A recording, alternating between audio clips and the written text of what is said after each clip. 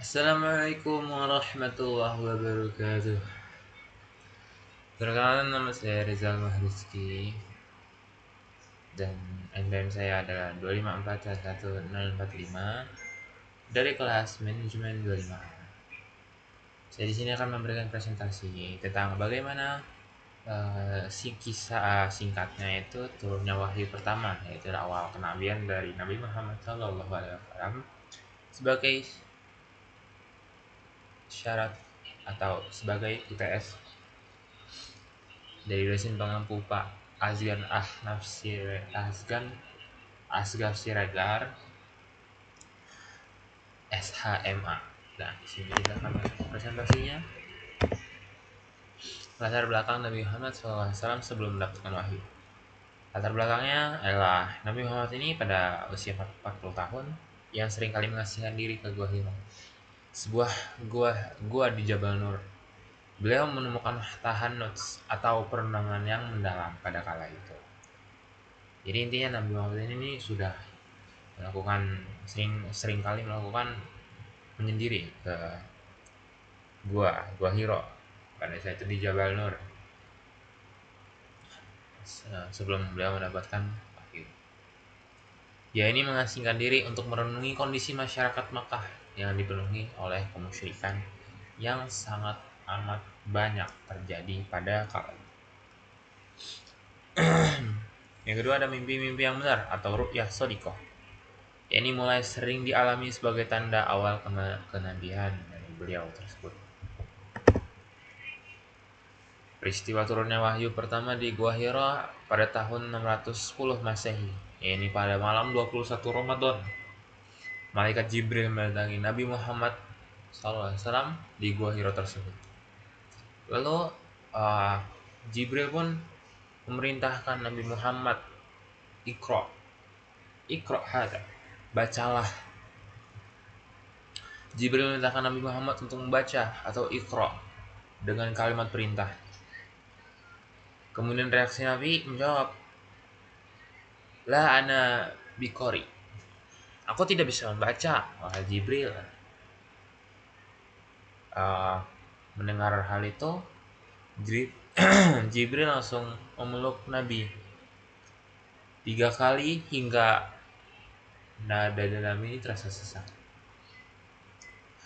Kemudian setelah itu Jibril membacakan surah Al-Alaq ayat 1 sampai 5 yang menjadi wahyu pertama bagi Nabi SAW. Isi wahyu pertamanya ada Iqra bismi rabbikal ladzi khalaq. Bacalah dengan nama Tuhanmu yang menciptakan. Khalaqal insana min alaq. Dia itu menciptakan manusia dari segumpal darah atau alaq tersebut. Iqra wa rabbukal akram. Bacalah dengan nama Tuhanmu yang maha mulia. Alladzi 'allama bil qalam, yang mengajarkan dengan pena. 'Allamal insana ma lam ya'lam. Ini memberi dia mengajarkan manusia yang tidak diketahui apa yang tidak diketahui olehnya.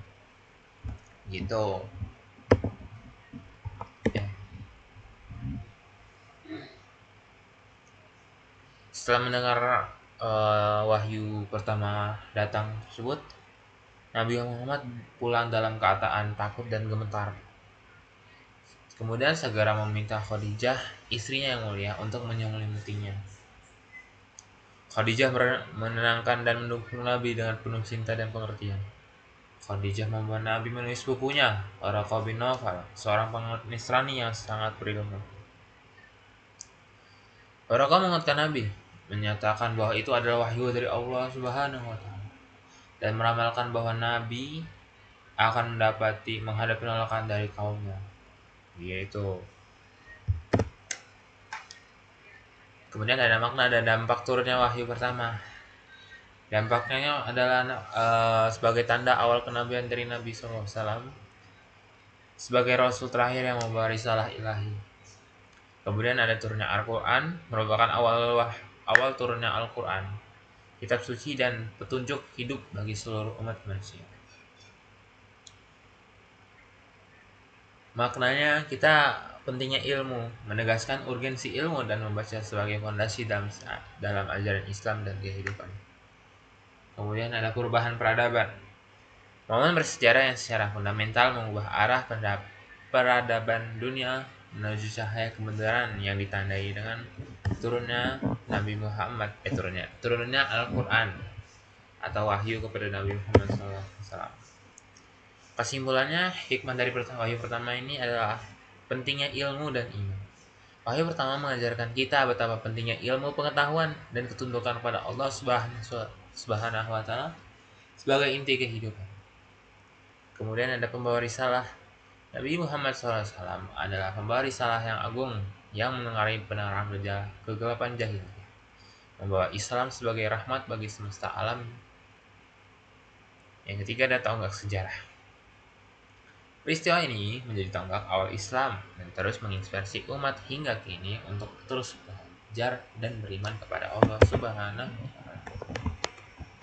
Mungkin segitu saja presentasi yang dapat saya sampaikan. Apabila ada kurangnya saya mohon maaf.